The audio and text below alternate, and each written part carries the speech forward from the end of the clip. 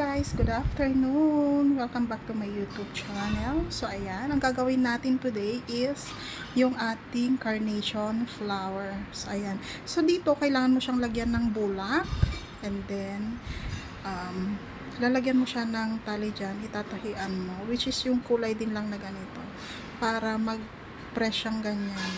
So there. Pero hindi ko na muna siya linagyan. So tuturo ko lang kung paano to gawin. There. And ganyan siya. Ayan. Ayan. Para siyang gumamela ito. Yung double na gumamela. Diba? Tapos lagyan mo na lang siya ng kulay yellow na stamen dyan. Pwede na siyang gumamela. So there you go.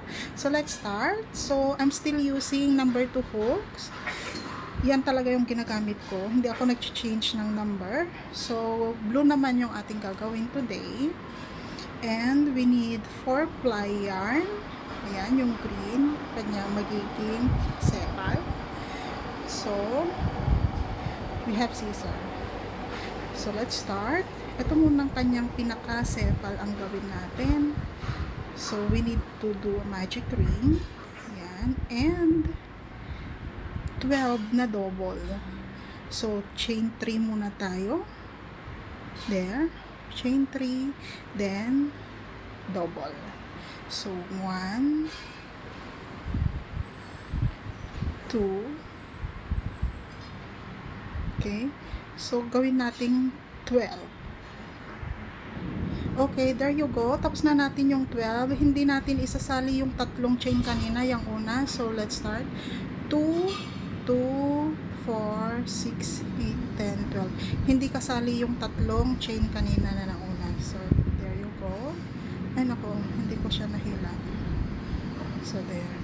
So, now, hilain natin ito. Yan, lagyan natin dyan. And, yung pinaka-chain dito sa taas, yan, yan. Para makita nyo.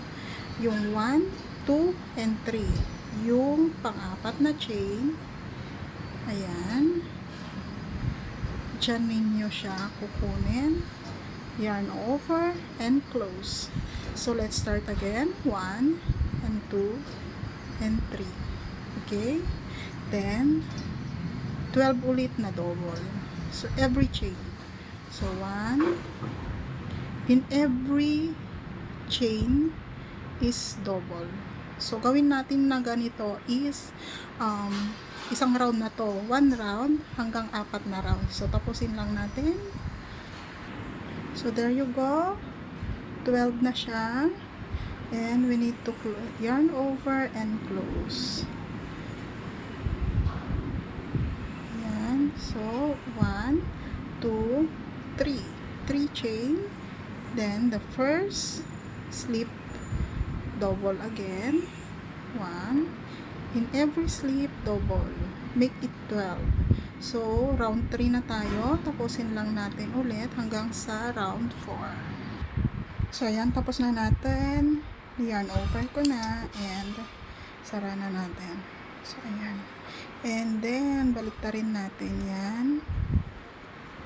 Ayan, kasi mas maganda ito kaysa yung nasa kabila. So, ganyan lang. Huwag nyong isasagad yung pag-lock dito dahil i-ano natin yan, i-iipit natin. O, diba? Saan ka ba? Saan nagpunta to? Ah, parang mali. Kung saan ko hinila. Sandali. Okay. Then, pagsamahin natin ito. So, ganyan lang. Dito sa slip na to, kung saan nandyan yan, dito ka mag-start. So, sandali lang. Kunin natin yan. Okay. So, nakaano sila ha, para may tago natin at maipit. So, chain 3, 1, 2 and 3. Okay, then make it double, pero kailangan nating mag-increase. So in every slip, okay, dalawa. yung ating kailangan. So, ayan. Dahil nga 12 ito, wait.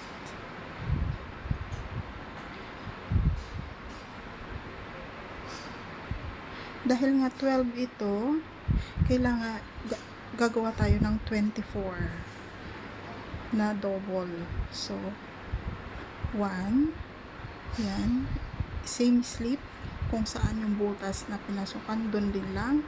Kailangan na dalawa yung gagawin nating double dyan. So, ayan, dalawa yan. Dahil kailangan nating mag-increase. In every slip, dalawang double. So, another, next. Dyan tayo. And, 1. Another. 2. Dahil increase tayo ng bilang. So, ayan. Dala-dalawa. Ayan, dalawa.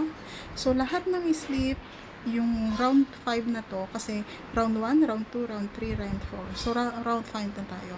So, dalawang double in every slip. So, tapusin lang natin to hanggang sa dulo to make it 24 na double. So, ayan. So, ayan, tapos na tayo. Nabubulo na ako. So, ayan, bilangin natin. Huwag nating isali itong 3 chain na to. So, 2, 4, 6, 8, 10, 12, 14, 16, 18, 20, 22, 24. So, 24 siya. Dahil 12, yung una kanina. Then, nag-increase tayo in every slip, dalawang double. Kaya, naging 24. So, now, chain 3 ulit tayo. And, in every slip, is 3 double. 1, dahil nag-i-increase tayo, 2, and 3. So, sa isang slip lang yan ha guys. Ayan o. Isang slip lang siya. Tatlong double. So, next. Sa next slip is 3 double din lang. So, 1. So, same slip. Yan. 2 and 3. So, tapusin lang natin.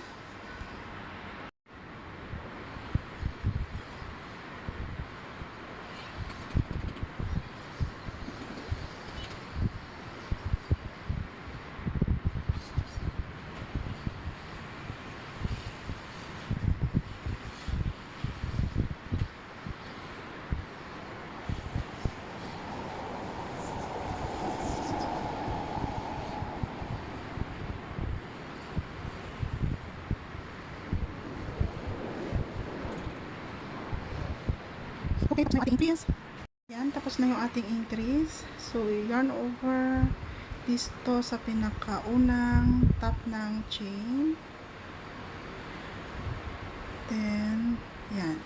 So, chain 3. Let's start again.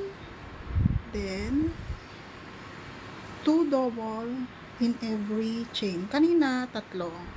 Pero dahil nga malaki na siya, so dalawa lang yung ating isusunod in every chain. So ayan, nakagawa na tayo. So another double in same slip. So yan. Hindi natin kasali itong 3 chain na yan. So sa isang slip, dalawang double. So let's start again. Sa next slip, dito naman. So 1 and same slip 2. So tapusin lang natin 2 double in every slip. Yan yung ating increase. Okay.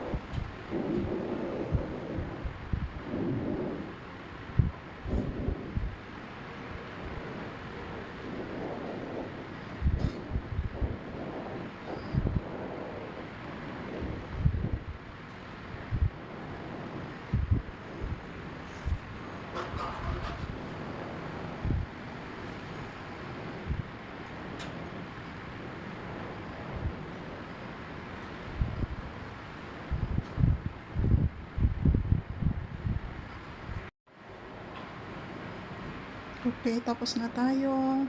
And yarn over. There you go. Ganyan na siya.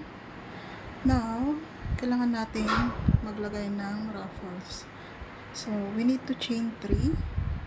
1, 2, and 3.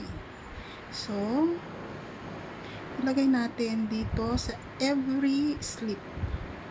There. Yan. 1, 2, and 3. Next slip. There.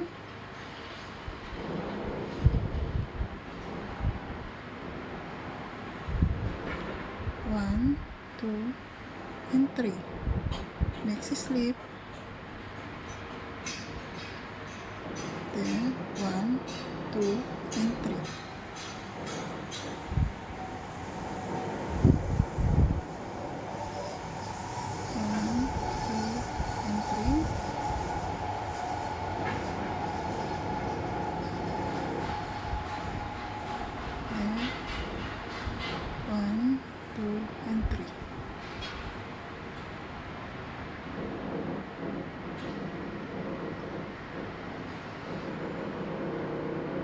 So, ganyan siya. There. Yan yung kanyang ruffles sa gilid. Yan. Yan. So, ganyan lang yung gawin natin in every slip hanggang sa matapos tayo. 3 chain. There. Then, yarn over.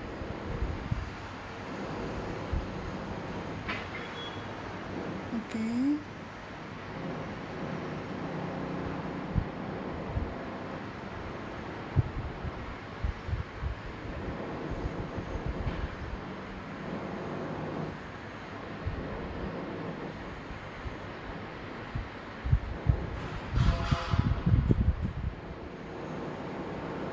Tapusin lang natin.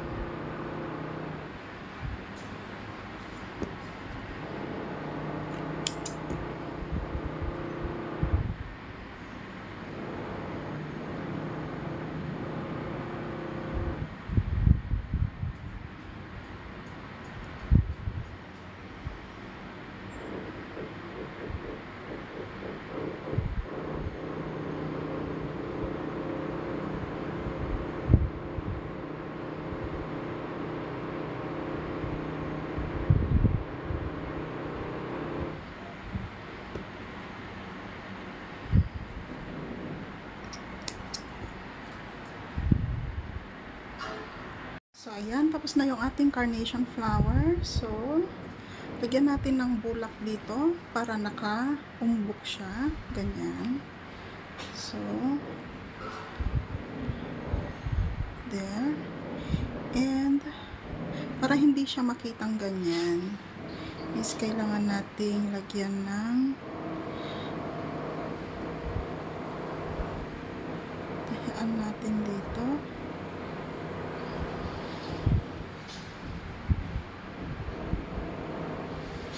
Dito lang naman sa sa baba.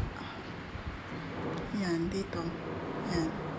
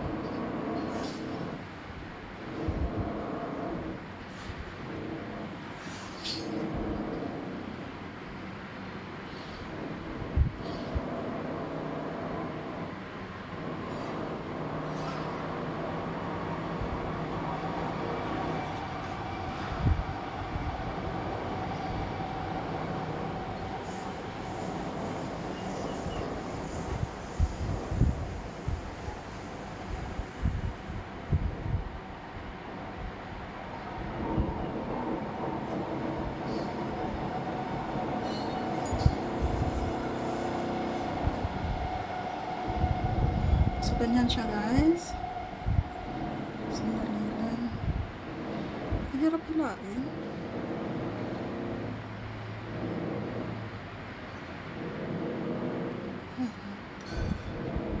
Okay.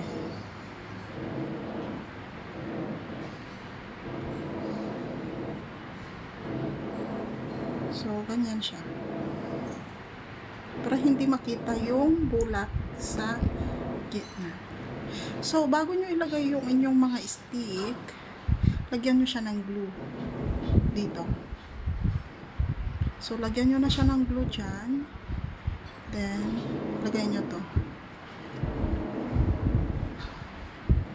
Ayan. Tapos, i-glue nyo na lang. Then, cover up nyo ulit siya ng yarn.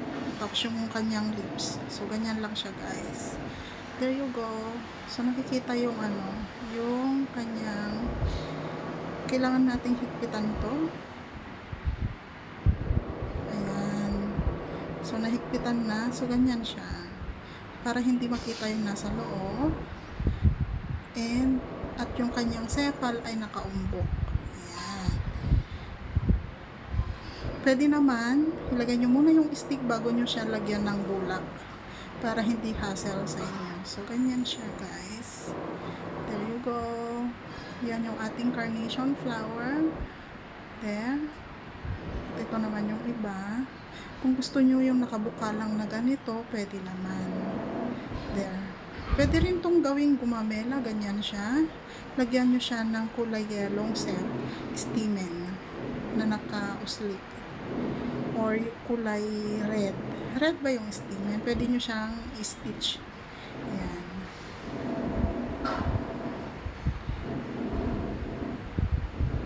So, there you go. Ayan. Thank you for watching. See you on my next video.